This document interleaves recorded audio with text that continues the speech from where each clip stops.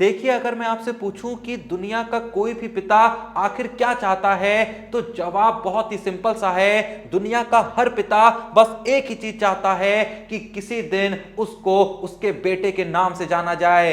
लेकिन अब अगर मैं आपसे पूछूं कि दुनिया का कोई भी बेटा आखिर क्या चाहता है, तो इसका जवाब भी बहुत ही सिंपल सा है। दुनिया का हर बेटा बस यही चाहता है कि एक दिन उसका बाप उसके सामने खड़ा हो और छाती चौड़ी करके कहे कि वाह बेटा, मुझे तुझ पे गर्व है। कुछ ऐसा ही दृश्य 15 फरवरी 2024 को देखने को मिला राजकोट के सौराष्ट्र क्रिकेट स्टेडियम में, जब नौशाद खान के बेटे सरफराज खान को इंडियन टीम की कैप थमाई जाती है। और जैसे ही वो कैप सरफराज खान के हाथों में आती है, वो दौड़ते हुए उस कैप को अपने पिता के पास ले जाते हैं, उन्हें वो कैप दिखाते हैं। और जैसे ही सरफराज खान के पिता वो कैप देखते हैं, उस कैप को अपने हाथ में लेते हैं और चूमने लगते हैं। जब ये सारी ही प्रक्रिया चल रही होती है, तो क्या देखने को मिलता है कि सरफराज खान के पिता नौशाद खान की आंखें पूरे तरीके से नम हो चुकी है। वो अपने इमोशंस को कंट्रोल नहीं कर पा रहे हैं। वो रोते रोते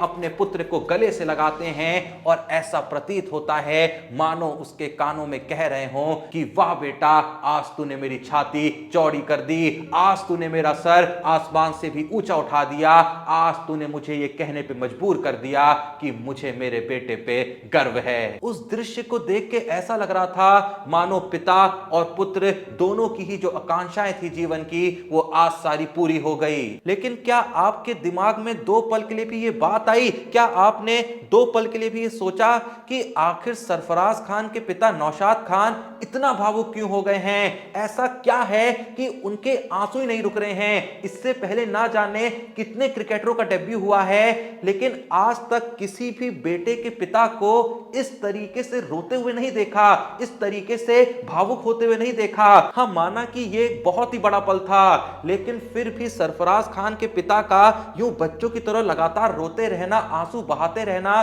क्या इसके पीछे सिर्फ यही एक वजह थी कि सरफराज खान का डेब्यू हो रहा था? जवाब है नहीं, बिल्कुल नहीं। इसके पीछे एक ऐसी दर्दनाक कहानी है जो शायद आज मात्र 1% लोगों को ही पता होगी। तो बस इस वीडियो को एंड तक देखिएगा, क्योंकि इस वीडियो में मैं आपके सामने सरफराज खान और उनके पिता नौशाद खान की एक ऐसी अनसुनी कहानी प्रस्तुत करने वाला हूं, जिसे सुनने के बाद आप 100% ये कहने पे मजबूर हो जाएंगे कि क्रिकेट की इससे अद्भुत कहानी मैंने आज तक नहीं सुनी। देखिए, ये तो आप में से बहुत लोग को पता होगा कि भले ही सरफराज खान को हाल ही में इंडियन टीम के लिए डेब्यू करने का मौका मिला है, लेकिन वो लगभग पिछले 3-4 साल से रणजी सीजन में फोड़े जा रहे हैं, परफॉर्म करे जा रहे हैं। लेकिन उसके बावजूद भी इंडिया के लिए डेब्यू करने का मौका उन्हें काफी लेट मिला। लेकिन जब भी उन्होंने रणजी सीजन में परफॉर्म करा, जब भी उन्होंने डोमेस्टिक क्रिकेट में कोई भी अच्छी पारी खेली, और उनसे जब भी यह सवाल पूछा गया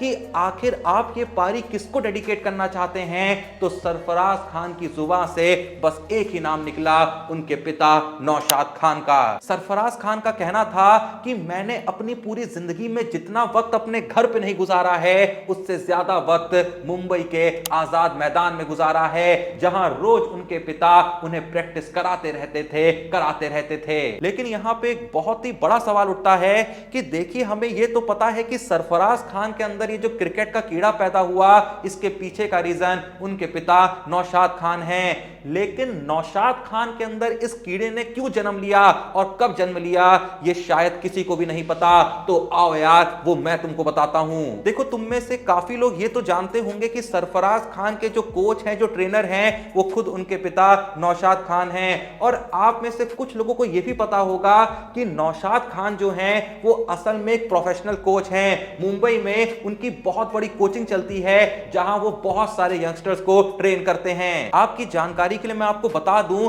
कि एक वक्त पे आईपीएल सेंसेशन रह चुके कमरान खान नौशाद खान के ही शिष्य हैं। और साथ ही साथ मैं आपको यह भी बता दूं, एक वक्त पे केकेआर की विनिंग टीम का हिस्सा रह चुके और इंडिया की under 19 world cup winning team का हिस्सा रह चुके इकबाल अब्दुल्ला भी नौशाद खान के ही शिष्य हैं। चलो, इस कहानी को हम थोड़ा सा और पीछे लेके जाते हैं। देखो यार, वो कहते हैं ना कि जब कोई पिता अपना कोई सपना पूरा नहीं कर पाता है, चाहे किसी भी वजह से ना कर पाया हो, उसकी सबसे पहली कोशिश यही रहती है कि जो मुश्किलें उसने फेस करी वो मुश्किलें उसके बेटे को फेस ना करनी पड़े, जो मुसीबतें उसके सामने आई वो मुसीबतें उसके बेटे के सामने ना आए। तो बस समझ लो नौशाद खान कुछ ऐसा ही चाहते थे। वैसे तो नौशाद खान इस वक्त पे मुंबई की एक क्रिकेट कोचिंग में ट्रेनिंग देते हैं, लेकिन असल में नौशाद खान यूपी के आजमगढ़ शहर के रहने वाले हैं और हमेशा से उनकी एक कोशिश थी कि बस एक बार यूपी के लिए रणजी खेल लें, बस एक बार यूपी की डोमेस्टिक टीम में सेलेक्ट हो जाएं। लेकिन एक इंटरव्यू के दौरान नौशाद खान ने यह खुलासा करा था कि जब भी यूपी के लिए डोमेस्टिक टीम सेलेक्ट होती थी, जब भी यूपी की रणजी टीम बनती थी, तो ज्यादातर जो प्लेयर्स चुने जाते थे वो या तो लखनऊ या फिर कानपुर से चुने जाते थे, क्योंकि ऐसा माना जाता था कि इन दो शहरों में जो फैसिलिटीज प्रोवाइड होती हैं क्रिकेट ट्रेनिंग की वो काफी अच्छी होती हैं, तो यहां के जो प्लेयर्स होंगे वो लंबी रेस के घोड़े निकलेंगे। इसकी वजह से छोटे शहरों के जो प्लेयर्स होते थे उनको पूरे तरीके से इग्नोर कर दिया जाता था। तो जब सरफराज खान के पिता नौशाद खान का इस बात से दिल टूट गया, वो एक बहुत ही कठोर निर्णय लेते हैं और यूपी को हमेशा हमेशा के लिए छोड़ के मुंबई शिफ्ट हो जाते हैं, सिर्फ एक उम्मीद को लेके कि एक बार बस मुंबई की रणजी टीम में सिलेक्ट होना है। और मैं बताना चाहूंगा कि फाइनली एक वक्त ऐसा आता है जब सरफराज खान के पिता नौशाद खान का नाम मुंबई रणजी टीम की प्रोएबल 11 में आ जाता है। और पता है उस वक्त पे मुंबई की इस रणजी टीम के कैप्टन कौन थे? None other than god of cricket, master blaster Sachin Tendulkar. लेकिन बहुत ही अफसोस की बात है कि आखिरी वक्त पे सरफराज खान के पिता नौशाद खान का नाम रणजी की प्लेइंग 11 से हटा दिया जाता है। वो फाइनल प्लेइंग 11 में सेलेक्ट नहीं होते हैं और उस दिन वो ये निर्णय ले लेते हैं कि मैं तो क्रिकेट में ऐसा कुछ खास नहीं कर पाया, लेकिन मैं अब क्रिकेटर नहीं बनूंगा, मैं अब क्रिकेट का ट्रेनर बनूंगा और ऐसे ऐसे क्रिकेट के सूरमा पैदा करूंगा कि दुनिया साली एक दिन जान ही जाएगी कि आखिर नौशाद खान चीज क्या था। अब देखिए उस वक्त पे नौशाद खान के दोनों ही बेटे उम्र में काफी छोटे थे। ऐसे में नौशाद खान एक कठोर निर्णय लेते हैं, वो वापस से यूपी जाते हैं और वहां से दो लोगों को मुंबई लेके आते हैं। एक होते हैं कमरान खान और दूसरे होते हैं इकबाल अब्दुल्ला। नौशाद खान जब कमरान और इकबाल के घर वालों से ये रिक्वेस्ट करते हैं कि प्लीज इनको मेरे साथ भेज दीजिए, मैं इनको क्रिकेट सिखाना चाहता हूं और एक अच्छा क्रिकेटर बनाना चाहता हूं कि ये हमारे देश का नाम रोशन कर सके, तो पता है कमरान और इकबाल के घर वाले क्या कहते हैं? वो ये कहते हैं कि हमारे पास इतने पैसे नहीं हैं, हम मुंबई में इनके खर्चे नहीं उठा सकते। लेकिन तब नौशाद कहते हैं कि आप उसकी चिंता मत करिए, ये दोनों मेरे साथ रहेंगे, मेरे घर पे रहेंगे, मैं ही इनको पालूंगा, मैं ही इनको खिलाऊंगा और मैं ही इनको क्रिकेट की ट्रेनिंग दूंगा। और इसके बाद जैसा कि आपको पता ही है कमरान और इकबाल दोनों को ही आईपीएल में खेलने का मौका मिल जाता है। लेकिन यहां से कहानी में आता है असल ट्विस्ट। इकबाल अब्दुल्ला जब आईपीएल में केकेआर के लिए और इंडिया के लिए अंडर 19 वर्ल्ड कप में काफी मैचेस खेल लेते हैं, लोग उनको जानने लगते हैं, तब वो नौशाद खान का दिल तोड़ देते हैं। नौशाद खान इंडियन एक्सप्रेस को दिए गए एक इंटरव्यू में बताते हैं कि जब इकबाल अब्दुल्ला थोड़े से फेमस क्रिकेटर बन गए थे, उस वक्त पे जिस तरीके के ग्रेटिट्यूड की वो उम्मीद कर रहे थे इकबाल अब्दुल्ला से, वो ग्रेटिट्यूड, वो रिस्पेक्ट उन्हें कभी मिली ही नहीं। नौशाद खान यहां तक कह जाते हैं कि एक दिन इकबाल अब्दुल्ला ने उनसे उनके मुंह पे ये कह दिया कि मेरे में टैलेंट था तो मैं खेला, तुम्हारे में इतना ही टैलेंट है तो अपने बच्चों को खिला के दिखाओ ना। ये लाइन सीधे नौशाद खान के दिल पे लगी। जिस प्लेयर के ऊपर इतना वक्त लगाया, जिस प्लेयर को इतना काबिल बनाया, आज उसी प्लेयर ने उनके मुंह पे ये कह दिया था कि मेरे अंदर टैलेंट था इसलिए मैं खेला हूं, इसके पीछे तुम्हारा कोई योगदान नहीं है। अगर तुम सच में एक अच्छे ट्रेनर हो,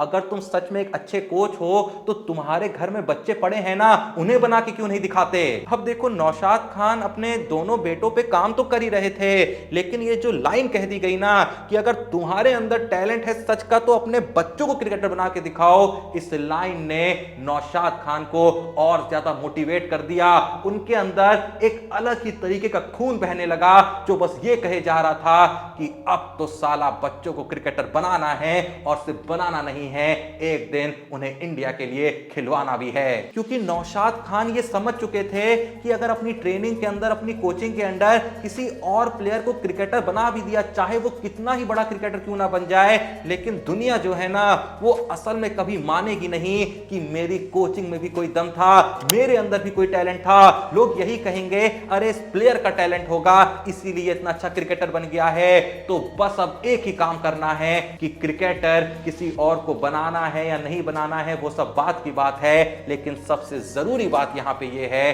कि कुछ भी करके अपने बच्चों को तो क्रिकेटर बनाना ही है। बस फिर क्या, नौशाद खान ने अपने बच्चों को कह दिया कि सुबह, शाम, दिन, रात तुम्हारे दिमाग में बस एक ही चीज चलनी चाहिए, क्रिकेट, क्रिकेट और क्रिकेट। दिन प्रतिदिन 700, 800, 1000 बॉल उन्हें खिलवाई गई। हर दिन उनको क्रिकेट की ही पढ़ाई कराई गई। स्कूल वगैरह सब बंद करा दिया ताकि इनके दिमाग में अगर कोई पढ़ाई भी चले तो वो पढ़ाई क्रिकेट की पढ़ाई होनी चाहिए। क्रिकेट को उनके दिमाग में इस हद तक घुसा दिया कि अगर बच्चे सो भी रहे हों तो नींद में भी उनके हाथ नॉकिंग में चल रहे हों। कुछ वक्त पहले आकाश चोपड़ा को इंटरव्यू देते हुए सरफराज खान ने बताया था कि उन्होंने अपनी पूरी जिंदगी इधर उधर चारों तरफ बस क्रिकेट ही देखा है। उन्होंने बहुत ही मुश्किल से अपने पिता को सफेद जर्सी के अलावा किन्हीं और कपड़ों में देखा होगा। वो कहते हैं कि उनके पिता जब सुबह घर से निकलते थे तो सफेद जर्सी में निकलते थे और वापस जब घर में लौटते थे तो सफेद जर्सी में ही लौटते थे। खैर, सरफराज खान के पिता नौशाद खान की ये मेहनत तब रंग लाई जब सरफराज खान ने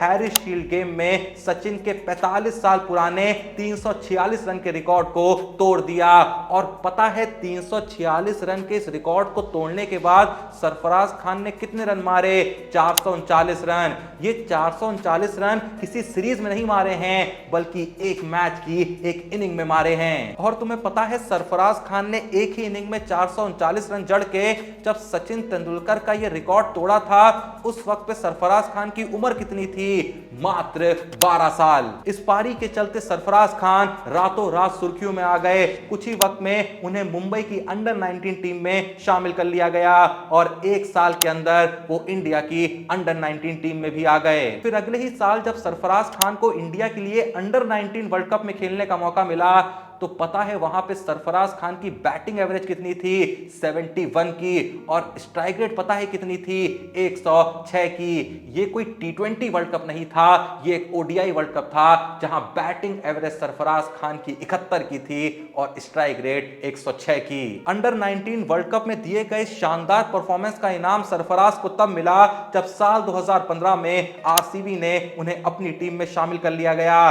फिर अगले साल 2016 में जब वापस से Sarfaraz Khan under 19 world cup में जाते हैं तो 355 रन मार के उस वर्ल्ड कप के सेकंड हाईएस्ट रन स्कोरर बन जाते हैं। इस वर्ल्ड कप में सरफराज खान ने एक नहीं, दो नहीं, तीन नहीं, चार नहीं बल्कि पांच हाफ सेंचुरी जड़ी थी। अब देखो सरफराज खान के बल्ले से रन निकल तो रहे थे लेकिन वो लाइमलाइट उनको नहीं मिल पा रही थी जिससे वो इंडिया की सीनियर टीम में अपना रास्ता बना सकें। तो बस फिर क्या, सरफराज खान निर्णय लेते हैं कि साला जहां भी खेलेंगे इतने रन मारेंगे, इतने रन मारेंगे कि कोई इग्नोर ही ना कर पाए। और ऐसा ही वो कुछ करते हैं। साल 2019-20 रणजी सीजन में वो 928 रन मारते हैं 9 इनिंग में 154.66 की बैटिंग एवरेज के साथ। फिर साल 2021-22 के रणजी सीजन में 9 इनिंग में 982 रन मारते हैं 122.75 की बैटिंग एवरेज के साथ। फिर साल 2022-23 के रणजी सीजन में वो 9 इनिंग में 556 रन जड़ते हैं 92.66 की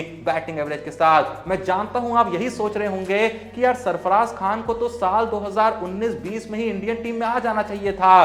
कोई प्लेयर रणजी सीजन में 150 से भी ज्यादा बैटिंग एवरेज के साथ रन मारे और उसके बावजूद भी उसको मौका ना दिया जाए, ये सही बात नहीं है। हाँ, आप सही सोच रहे हैं, सही बात तो नहीं है, लेकिन वो कहते हैं ना कि कुछ चीजों का वक्त तभी आता है जब उनका सही वक्त आता है। तो ऐसा मान लेते हैं कि ये वक्त जो आया है ये सरफराज खान का सही वक्त है, जब उन्हें इंडियन टीम में डेब्यू करने का मौका मिला है। और इसी के साथ हमें एक धन्यवाद देना चाहिए, छोटा नहीं बल्कि बहुत बड़ा, सरफराज खान के पिता को, क्योंकि उनको जो मौका नहीं मिला वो मौका उन्होंने अपने पुत्र के लिए सिर्फ बनाया नहीं बल्कि अपनी मेहनत से छीना है। मैं अंत में जाते जाते आपके साथ एक छोटी सी बात और शेयर करना चाहूंगा कि नौशाद खान ने सिर्फ अपने बड़े बेटे सरफराज खान को क्रिकेटर नहीं बनाया है, बल्कि इस वक्त पे जो सरफराज खान के छोटे भाई हैं मुशीर खान, जो हाल ही में इंडिया के लिए अंडर 19 वर्ल्ड कप में खेल रहे थे,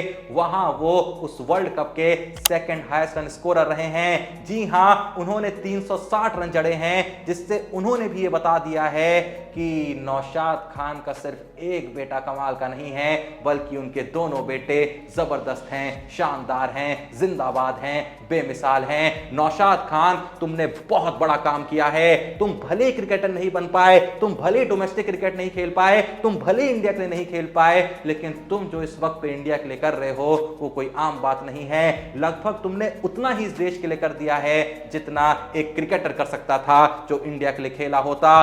तो मैं तुम्हें पूरे देश की तरफ से, मैं आपको पूरी देश की तरफ से धन्यवाद देना चाहता हूं, और आपके बेटे ने जो शानदार पारी खेली है अपनी पहली इनिंग में, उसके लिए बधाई देना चाहता हूं। खैर, जो भी ये वीडियो देख रहा है, आप लोग का सरफराज खान के बारे में क्या कहना है मैं ये नहीं पूछूंगा, नौशाद खान की इस कहानी के बारे में क्या सोचना है, क्या कहना है, जो भी वीडियो देख रहा है कमेंट बॉक्स में अपनी राय, अपने जो इमोशंस हैं जरूर प्रकट करिएगा। वीडियो पसंद आई लाइक करिएगा, और ऐसी ही जबरदस्त कहानी आप सुनना चाहते हैं तो अभी के अभी चैनल को सब्सक्राइब करिएगा। मिलते हैं नेक्स्ट वीडियो में, तब तक के लिए जय हिंद, धन्यवाद।